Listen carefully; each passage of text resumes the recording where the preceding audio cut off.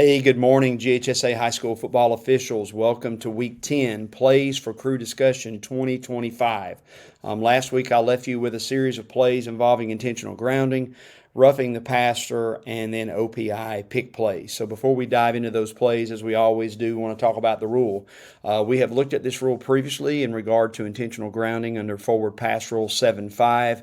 What I want to look at is number 2 under exceptions, A, B, and C. It says under 2, it says it is legal for a player to conserve yardage by intentionally throwing an incomplete pass if all of the following conditions are met.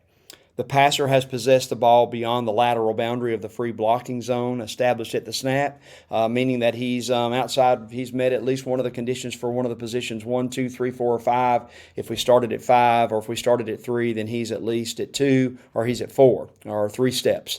Then B is the pass reaches the neutral zone, including the extension beyond the sideline. All right, so what that means is we've got a pass that is thrown beyond the line of scrimmage, and that extends all the way up into the stands, all the way the expanded, not the expanded, but the extension of the neutral zone out of bounds. And then lastly, the passer is the only player to possess the ball after the snap ends, meaning that the person that received the snap, is the only one that can intentionally ground the ball. So let's take a look at these plays that we left you with last week.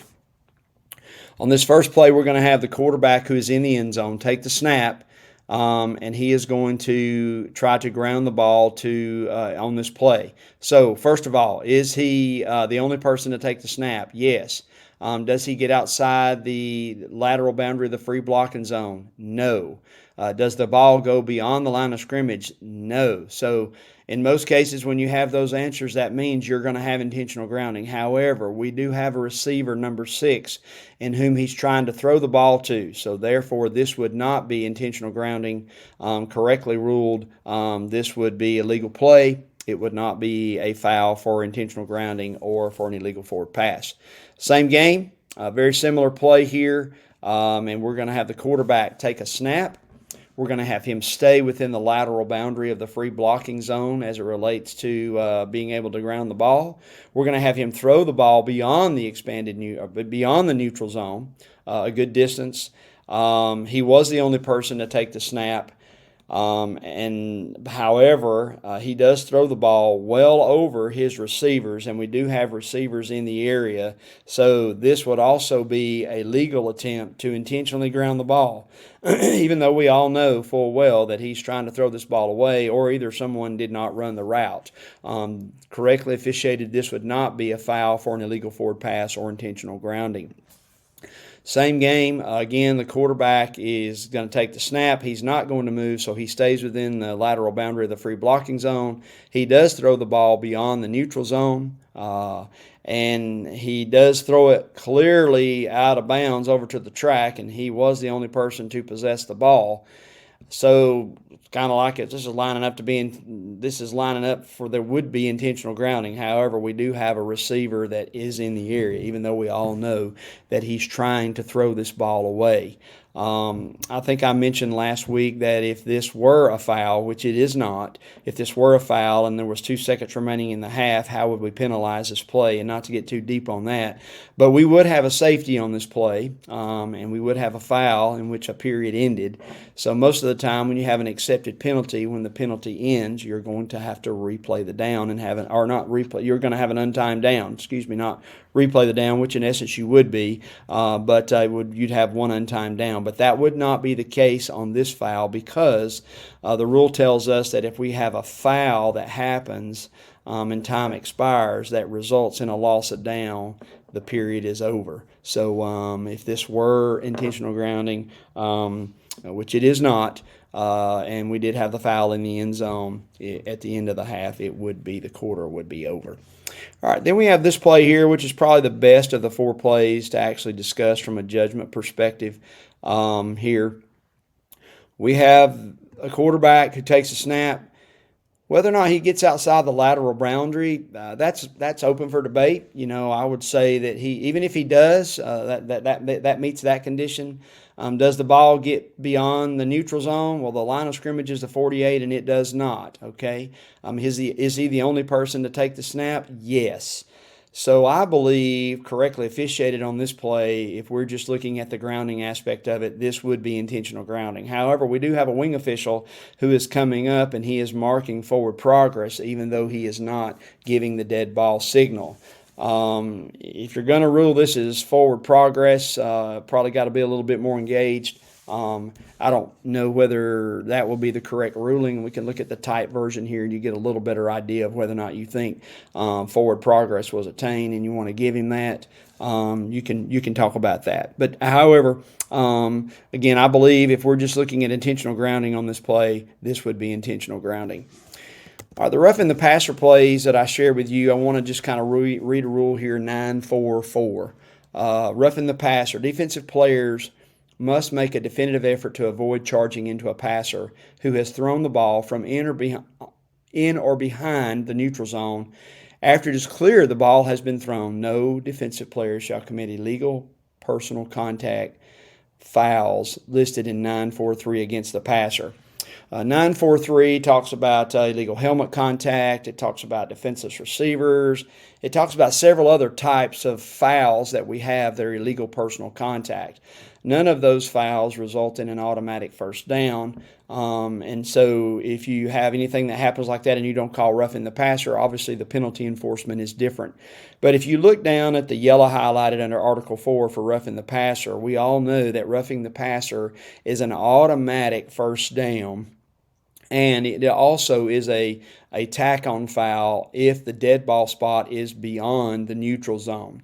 So if we have a pass that is thrown to a receiver and he catches the ball and we have roughing the passer, then we're going to tack it on. So let's take a look at these plays here and let's see here. You know, all of these plays, there's a lot of judgment involved on these plays. This play, we have the quarterback who scrambles and he throws a pass, a jump pass, and there's contact made to him, and we have to rule whether or not we feel as though this is roughing the passer. I personally believe that this would be roughing the passer. I do think that I would still consider him to be a passer. This would not be intentional grounding because he is outside the lateral boundary of the free blocking zone and there is a receiver in the area and he does throw the pass beyond the neutral zone. But I do think that correctly officiated on this play, I think roughing the passer can certainly be supported. This play here is a play involving roughing the passer as well, and we're going to have contact to the head and neck area of the quarterback. I believe that this play was correctly ruled for roughing the passer. Give you another chance to look at it here, and we'll get a type version of it as well. Pretty good lick on the quarterback there. I believe this certainly was roughing the passer. As you can see here, he does helmets go right up to his head on that play. So I believe this play was correctly officiated with the ruling of roughing the passer. This one here is a little bit harder to rule on because certainly a little more in judgment involved. But the quarterback passes the ball, the defender then goes into his midsection. Is he leading? Is he leading correctly? Does he lead with his hands? Does he make contact? Is he still a passer? That's a very tough one to make a decision on. I know the referee on this play did not have a foul on the play.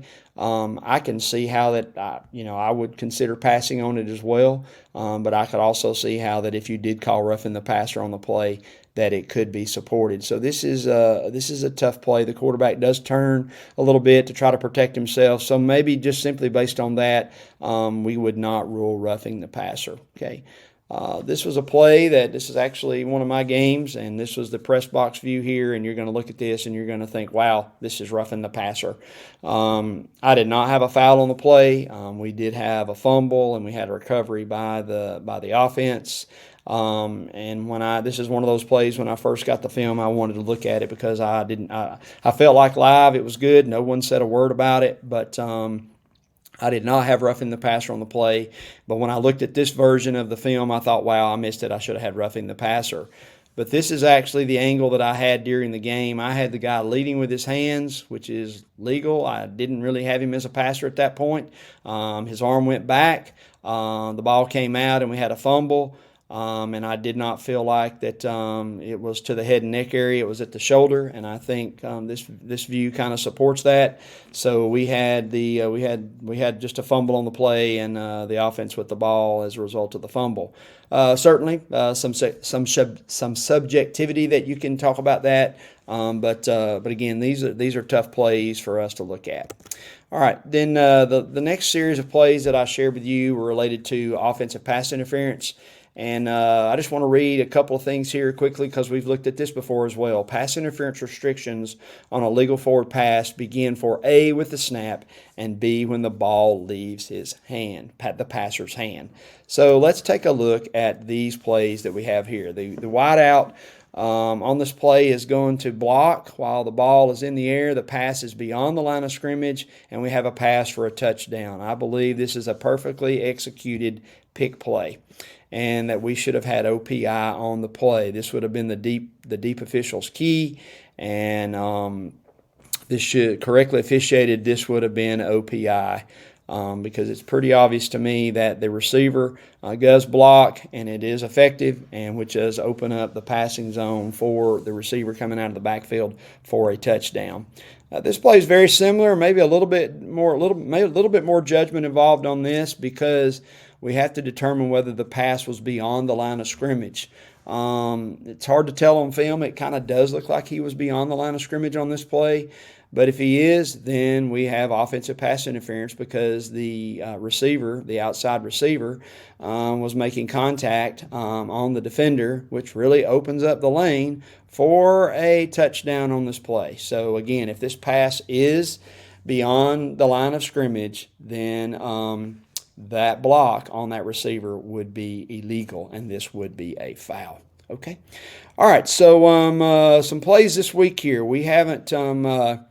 We talked a good bit about pop-up kicks in the past.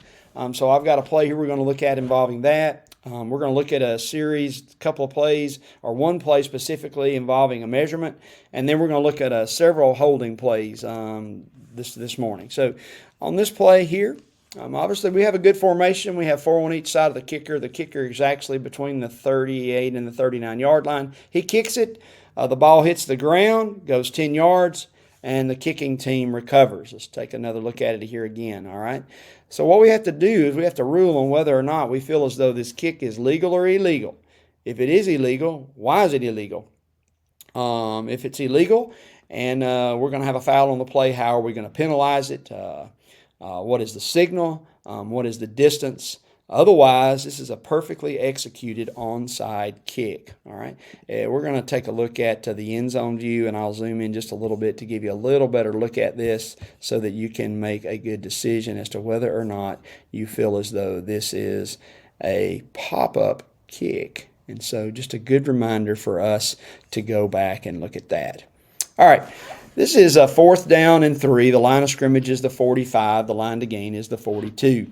When we have 4th and 3 or 3rd and 3, the proper mechanic for the wing officials is to go to the front stake, which this does not happen. But the quarterback scrambles, he runs, and he goes for, he gets yardage, and the wing official does stop the clock because it was 4th down. So what I want you to think about here is, did we give this runner the yardage that he earned? Is this a good spot? Okay, that's the first thing that we need to look at. There's obviously, if we'd have went to the line to game, we probably would have looked better on this play, and the mechanic would have actually worked. The referee runs over, gets the ball, and he tosses it to the wing. And then we have this event that takes place. So now they're looking to determine whether or not they're going to need to do a measurement. The referee's telling him to hold. Now he's giving him the wave signal to, hey, come on in, guys. We're going to do a measurement. The head line judge is like, oh, you want to do a measurement? Okay, all right. It's clearly short, but we're going to go measure anyway, which I think is good on 4th down to do this. So looks like the deep official is coming in to provide some assistance here, and he looks like he is putting the box on the front stake. And now we're going to make our way across the field to do a measurement. The wing official is walking up like, okay, well, here's where the clip needs to be. Well, looks like the headline judge has a clip on a different spot. Everybody's kind of trying to figure out exactly what we're going to do here. No one is actually holding the ball. Can you back up? Can you move? Can you back up, pull it tight? Then the referee is going to signal we're an entire yard short. He signals the ball's going over, and we have the coaches for the other team almost at midfield. Everybody's kind of standing around. They're discussing this a little further, and then they move on. So this is just over a minute clip, but I'll let you guys watch this again. And as you watch this again, I want you to think through how we handle a measurement for a 6-person or a 7-person crew. What would have been the correct procedure for this crew on this measurement? We don't do measurements very often anymore because we have turf fields, we have tick marks, and 20 years ago, the officials were a lot better at measurements than we are today because they did them all the time because they had grass fields. The lines weren't straight. Sometimes there were tick marks, sometimes there were not. And so they were pretty good at doing measurements. But if this is an example of how we do measurements today, then we certainly have some work to do.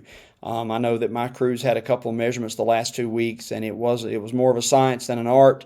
And so we have talked about it. And when I saw this clip and I asked to borrow it to use it, it was a reminder that, hey, this is something we probably need to talk about. So I'm going to try to get some of the guys on the training committee to maybe help me here a little bit so that we can talk through what a measurement should look like. Because I certainly do think that there are a lot of times when we don't measure when we should, just simply as a courtesy sometimes. Even though we try to start on a yard line every time, I think it's important that we kind of do that. All right, so we're going to look at a series of plays here involving holding. This first one is out on the edge here on the wide receiver. Take a look at it. Is this holding? Is it not holding? If it is holding, what category are you putting it in? And how we're going to penalize this play. Talk about all those elements of this hold. Let's get the tight version of it. You're going to see it coming in on the outside here, and you can get a little better look at it to be able to determine whether or not you feel like this is holding or if it's just a good block. One more little quick look at it, and we can move on to the next one because we have several of these. All right, next play. We are going to have a hold right at the line of scrimmage. I believe it might have been the left guard that we're looking at on this play. The left guard. Is that a hold? What category is it in if it is a hold? Okay. And how are we going to penalize this as well? Next play, we're going to get another view of this, but we're looking at the right tackle, maybe even the left guard and the left tackle. We've got a foul on this play. There's quite a bit to look at on this play. Let's get a little different look at it here. You can determine whether or not you feel like this is a hold, and if it is, then what category are we putting it in? One more quick look at it. Okay, and if we are, how are we penalizing this play by the rule? I think we're looking at the right tackle here. Referee is going to come in with a late flag here, I believe. So we are looking again at the right tackle. Is this a hold? What category are we putting in? And how are we going to penalize it? One more quick look at it. And then same game. I think it's same player. Number 61, I believe, is the player. Is this a hold? We do have a foul that comes in again from the referee late. Okay. One more quick look at it.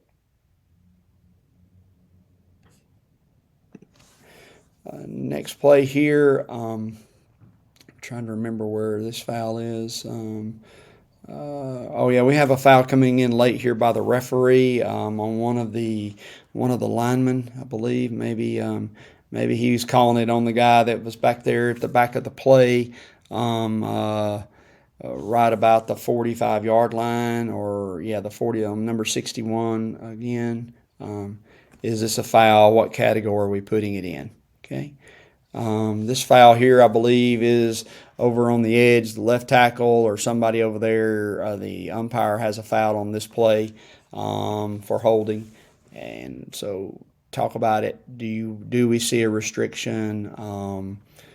This may have been a touchdown as well. One more quick look at it. All right, then our next play, same game. Where again, I think we're looking at the block out here on the edge. Yeah. So by the wide receiver. Is this a foul? We do have a flag that comes in. One more quick look. Is this a foul? Whose key is it? If it is a foul, how are we penalizing? We've got the right guard, right tackle. Take a look at that contact there. Is this illegal use of hands? Is it holding? If it is, what category are we putting it in? One more look.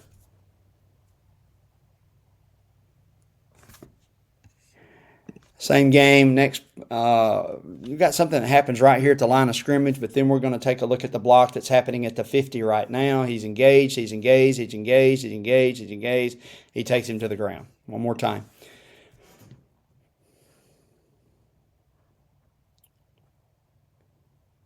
He's engaged. Yeah, so talk about that, how we penalizing it. We're looking at the center here on this play. Foul comes in, center on this play. One more look.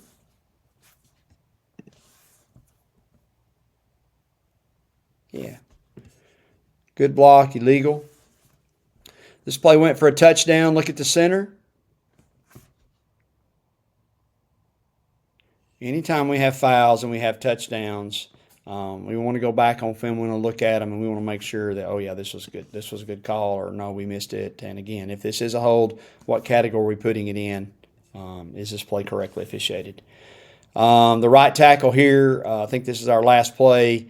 We got big on little here. He's running downfield, and he's engaged on this tackle, this defender, defensive back. And we have a long run for a touchdown. One more look at it. I believe it might be number 9 that he blocks.